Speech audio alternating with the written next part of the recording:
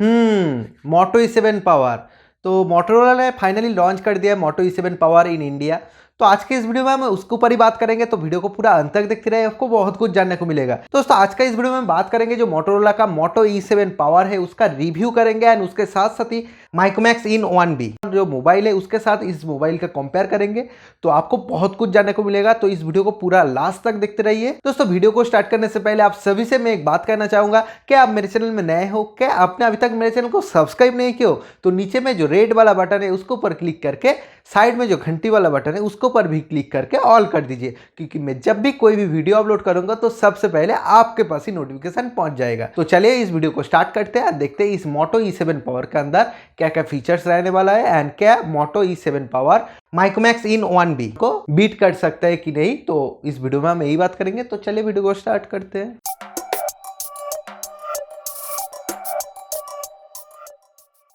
Alright guys, welcome back. तो दोस्तों जो मोटोरोला का मोटो E7 पावर मोबाइल है बहुत ही अच्छा मोबाइल है इस प्राइस रेंज के मामले में, क्योंकि दोस्तों इस प्राइस रेंज में जो भी मोबाइल आता है तो बहुत सारे यूजर है जो इस प्राइस रेंज में जो मोबाइल आता है वो उसको खरीदता है। तो दोस्तों क्या आप ये जानते हो जो प्राइस रेंज में जो मोबाइल आता है, मतलब 7 से 8 हज़ार रुपया में जो मोबाइल आता है, उस प्राइस रेंज के मोबाइल में जो फीचर्स रहना बहुत ही जरूरी है। तो उसके बारे में यहाँ बात करेंगे, जो मोटो E7 पावर में जो भी फीचर्स दिया गया है उसके ऊपर ही बात करेंगे। क्योंकि दोस्तों जो मोटोरोला का मोटो E7 जो मोबाइल है उसका अंदर आपको जो प्रोसेसर देखने को मिलता है वो है मीडियाटेक का P25 प्रोसेसर। लेकिन दोस्तों इसके साथ साथ ही अगर कंपेयर करेंगे माइक्रोमैक्स इन 1B मोबाइल है वहां पे आपको मीडियाटेक का P35 प्रोसेसर यहाँ पे आपको देखने को मिलता है। लेकिन दोस्तों क्या आप ये जानते हो ये जो दोनों जो प्रोसेसर है दोनों में कोई भी फर्क नहीं है। लेकिन दोस्तों वहाँ पे सिर्फ और सिर्फ जो क्लॉक स्पीड है, मतलब जो CPU का स्पीड होता है वहाँ पे सिर्फ फर्क है। जो P25 जो CPU है वहाँ पे आपको 2.0 गीगाहर्ट्ज का स्पीड देखने को मिलता है। लेकिन दोस्तों जो माइक्रोमैक्स में जो CPU मतलब जो प्रोसेसर यूज़ किया गया है वो है P35,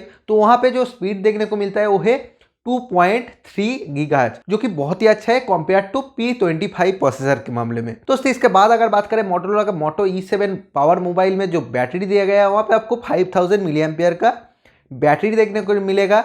लेकिन दोस्तों अगर इसके साथ ही कंपेयर करेंगे जो माइक्रोमैक्स इन 1B मोबाइल है वहाँ पे भी आपको 5000 मिली एम्पियर का बैटरी देखने को मिलता है, जो कि बहुत ही अच्छा है। इस प्राइस रेंज में आपको 5000 बैटरी जो देखने को मिल रहा है बहुत ही अच्छा है।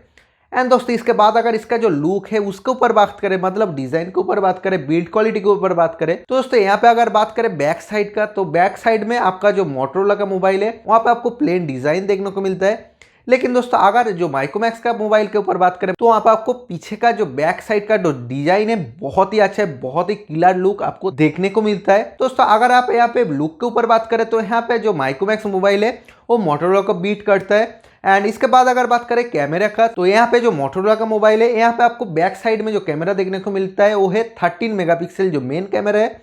एंड उसके साथ साथ ही और एक जो कैमरा देखने को मिलता है वो है मैक्रो कैमरा, जो कि 2 मेगापिक्सल का है। एंड जो मेन जो कैमरा है उसका जो एपर्चर है वो 2.0 एपर्चर आपको यहाँ पे देखने को मिलता है। लेकिन दोस्तों इसके साथ साथ ही अगर माइक्रोमैक्स के साथ कंपेयर करेंगे तो वहाँ पे भी आपको 13 मेगापिक्सल का मेन कैमरा देखने को मिलता है, एंड एक डेप्थ सेंसर भी आपको देखने को मिलता है जो है 2 मेगापिक्सल का। लेकिन दोस्तों यहाँ पे जो एपर्चर देखने को मिलता है वो है 1.85 एपर्चर आपको देखने को मिलता है माइक्रोमैक्स का मोबाइल में, जो कि यहाँ पे माइक्रोमैक्स मोटोरोला को बीट कर रहा है। मतलब कैमरा में माइक्रोमैक्स मोटोरोला से अच्छा है।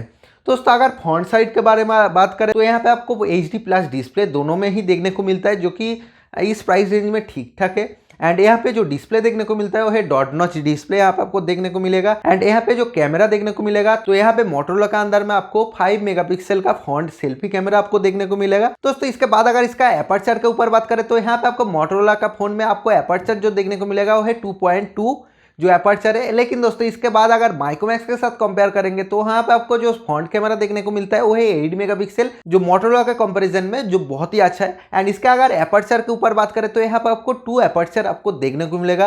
दोस्तों जो एपर्चर है वो जितना कम रहेगा, मतलब जो नंबरिंग है वो जितना कम रहेगा दोस्तों उतना आप लो लाइट में आप फोटो खींचेंगे तो उस टाइम जो फोटो आएगा उसका जो क्वालिटी है बहुत ही अच्छा आएगा। दोस्तों इसके बाद जो इसका अंदर जो भी फीचर्स दिए गए उसके ऊपर बात करें तो यहाँ पे आपको जो फास्ट जो फीचर्स देखने को मिलेगा वो है इस प्राइस रेंज का अंदर आपको Type-C केबल आपको पोर्ट आपको देखने को मिलेगा इन द बॉक्स।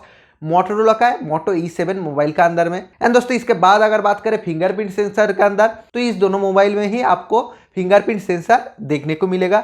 इसके बाद अगर बात करें जो डेडिकेटेड जो माइक्रो एसडी स्लॉट है तो उसको अगर बात करें तो यहाँ पे दोनों मोबाइल में ही तो डेडिकेटेड माइक्रो एसडी स्लॉट आपको देखने को मिलेगा, जो कि बहुत ही अच्छे इस प्राइस रेंज के मामले में।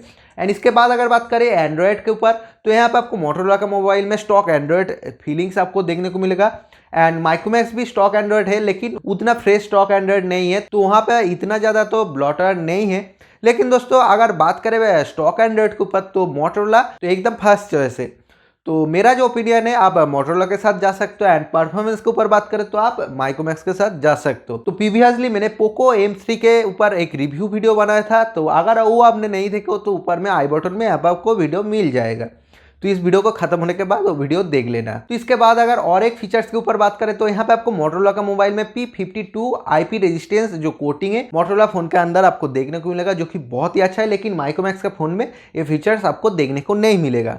तो यही है जो बहुत सारे जो फीचर्स है जो मोटोरोला E7 का अंदर दिया गया है।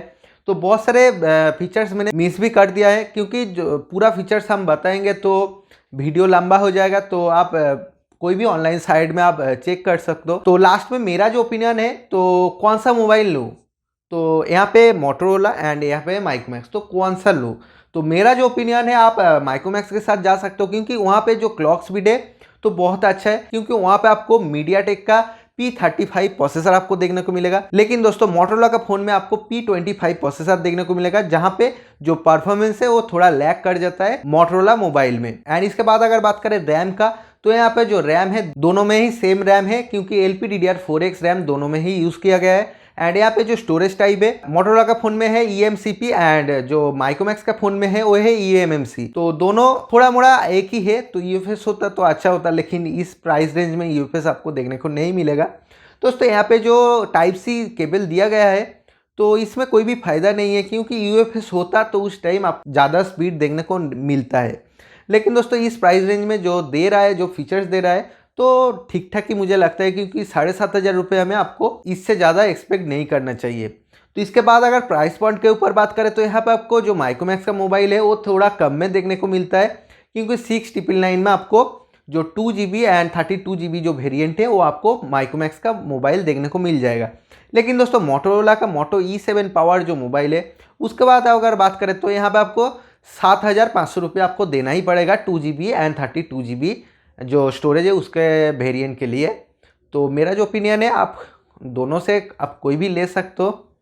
तो आज के लिए यही है। अगर आपको ये वीडियो अच्छा लगा है तो नीचे में कमेंट बॉक्स में लिख दो आपको कौन सा मोबाइल लेना है।